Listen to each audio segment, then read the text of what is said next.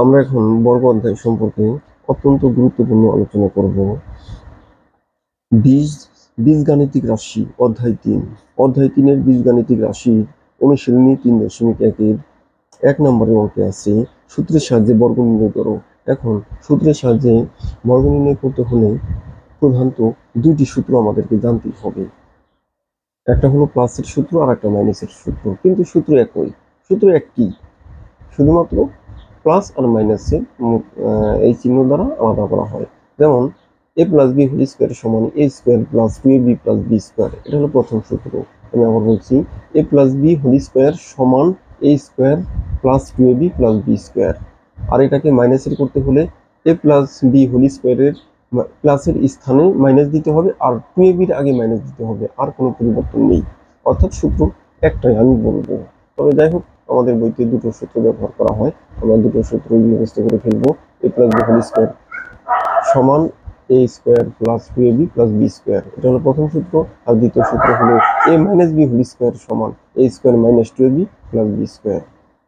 তবে বর্গ অধ্যায়ের অঙ্কগুলো আমরা চারটি লাইনে শেষ করব। এটা হলো মেন, এই বিষয়টা খেয়াল রাখতে হবে। প্রথম লাইনে হলো অঙ্কটি হুবহু উঠাতে হবে, অর্থাৎ প্রশ্নে যেভাবে দেওয়া থাকবে ওটাই উঠাতে হবে। এটা হলো প্রথম লাইন। দ্বিতীয় লাইনে ব্র্যাকেট দিয়ে হোল স্কোয়ার, সম্পূর্ণটার স্কোয়ার দিয়ে ডান পাশে ব্র্যাকেটে লিখে দেব বর্গ করে। তৃতীয় লাইনে আমরা সূত্রের প্রয়োগ করব।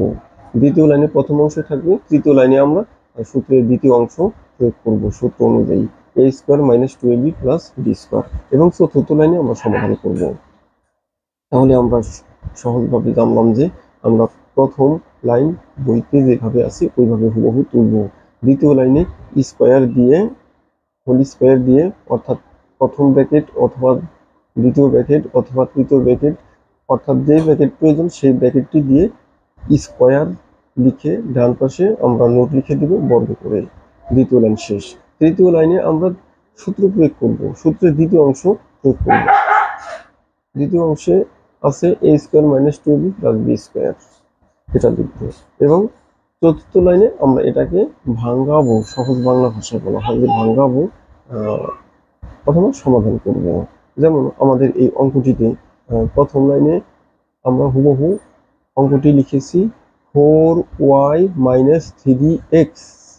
4y যদি a হয় আর মাইনাস 3x যদি b হয়, তাহলে আমরা অঙ্কটি করতে পারি 4y, তৃতীয় লাইনে 4y square minus 2 into 4y into 3x plus 3x square.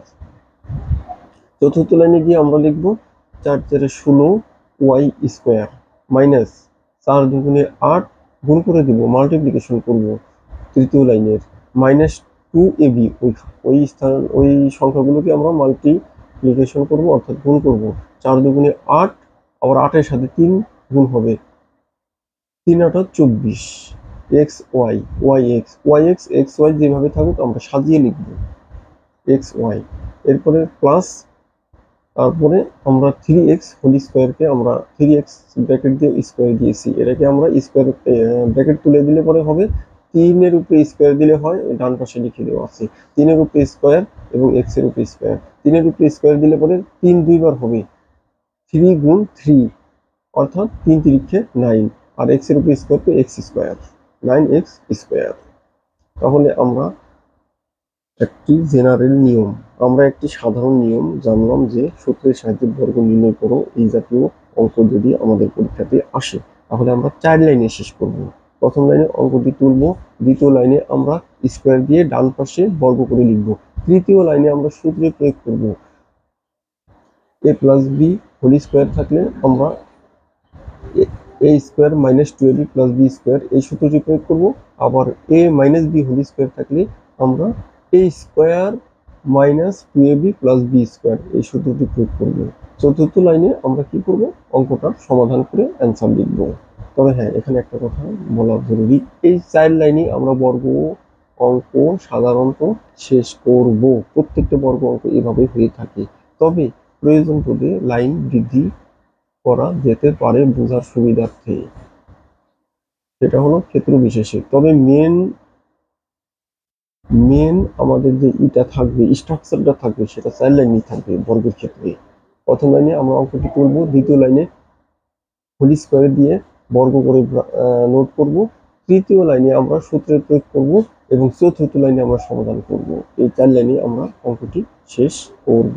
একটা কথা আমি বারবার বলতেছি কারণ যাতে তোমরা সবাই ভালোভাবে বুঝতে পারো।